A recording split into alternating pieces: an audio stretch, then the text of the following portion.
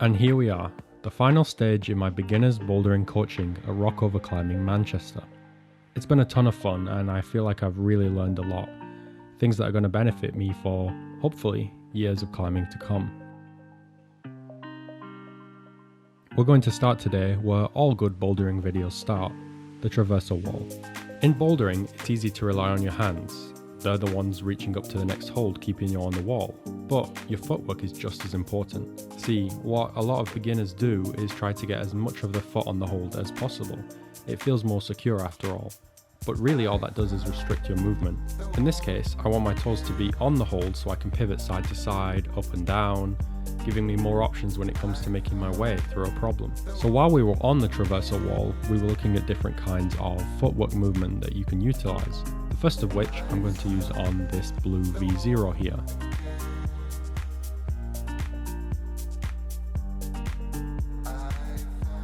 You can see I'm hopping one foot off and the other on, a move called a foot swap. It's a great way to switch which foot is in use and which is free, giving you plenty of options to move around. I find this particularly useful in getting around and use it a lot, plus it looks and feels really cool.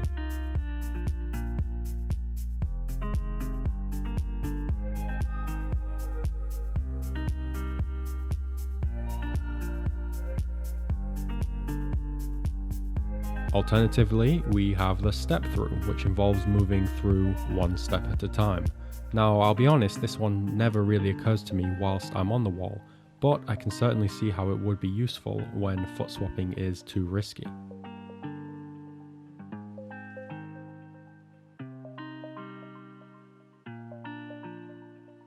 Here's a quick V2 problem that you may remember I struggled with from a previous video.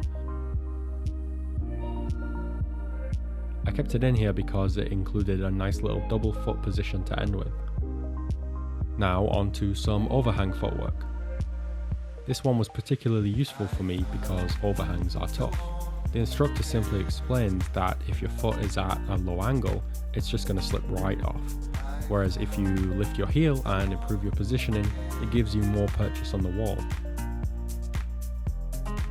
Here's an example of me using it on this V1 problem. Compared to a previous time I tried this, it felt a lot easier and I felt far more stable on the wall.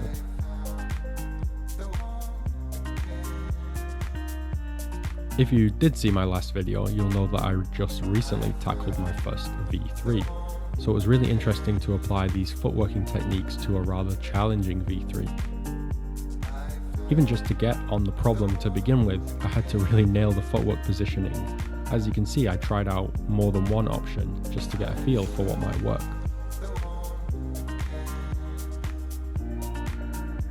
Some proved less useful than others.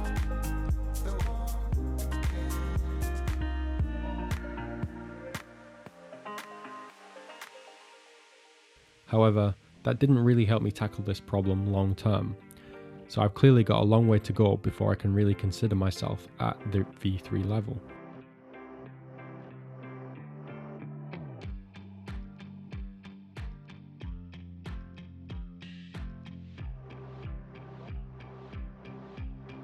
Instead, I opted for this pink V2, which I personally found to be challenging, certainly on the higher end of V2s.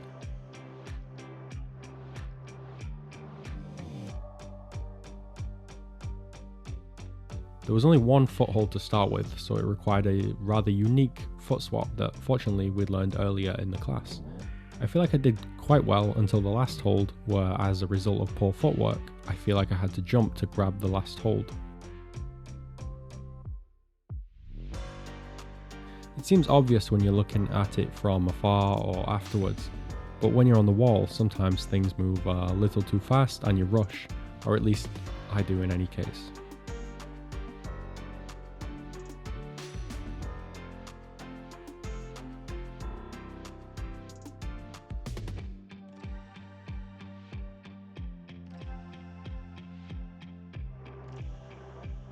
Anyway, after a short break, I came at it again with a little better route planning, and this funny move where I only had one hand and one leg on the wall for a moment.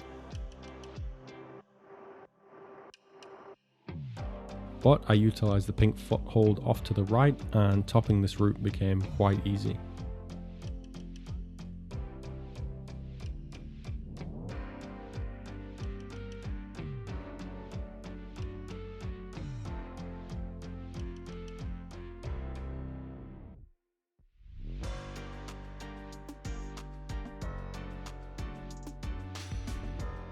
With the third and final of my beginners coaching classes now over, I wanted to try out some more problems to test what I've learned.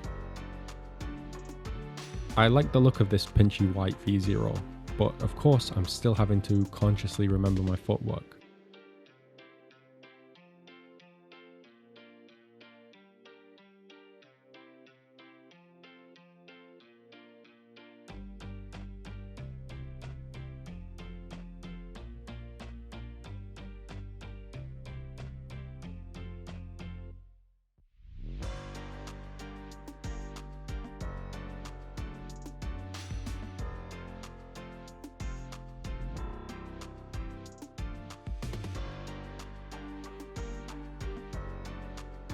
This black V2 overhang on the other hand was a real challenge for me.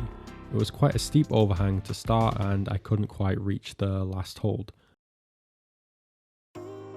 But watching this, I see the black foothold on the right there that I could have used.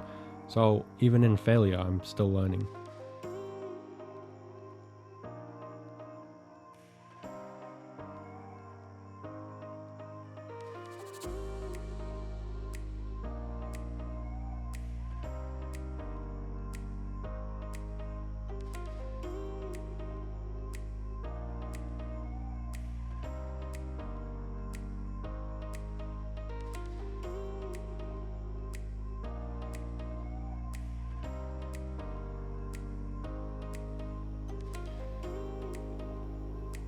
Now for the final climb of the day.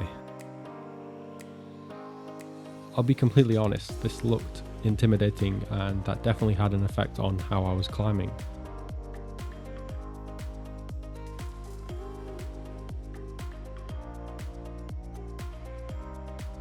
The footholds felt a bit too high up for me to reach, and as you can see, they're dual textured too. I managed to find this foothold out here on the right and reach for the next hold, but I was really getting tired.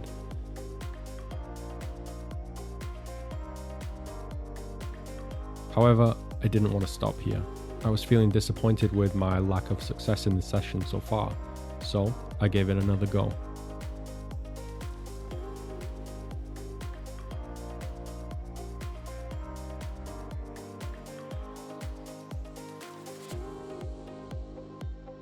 There are so many ups and downs of bouldering. One day, your arms give up on you, next you can't stop flashing problems, and the day after that, nothing is clicking. But honestly, it's the challenge that makes me want to try harder, makes me want to succeed and become a better climber. That's what makes me love bouldering. Thanks to Rockover Climbing for allowing me to film here and putting together this incredibly valuable beginners course. With that said, this will be my last video at Rockover for a little while. We're going to be trying out a few other gyms and I'll be doing everything I can to improve my skills along the way. And of course, to bring you on the journey along with me.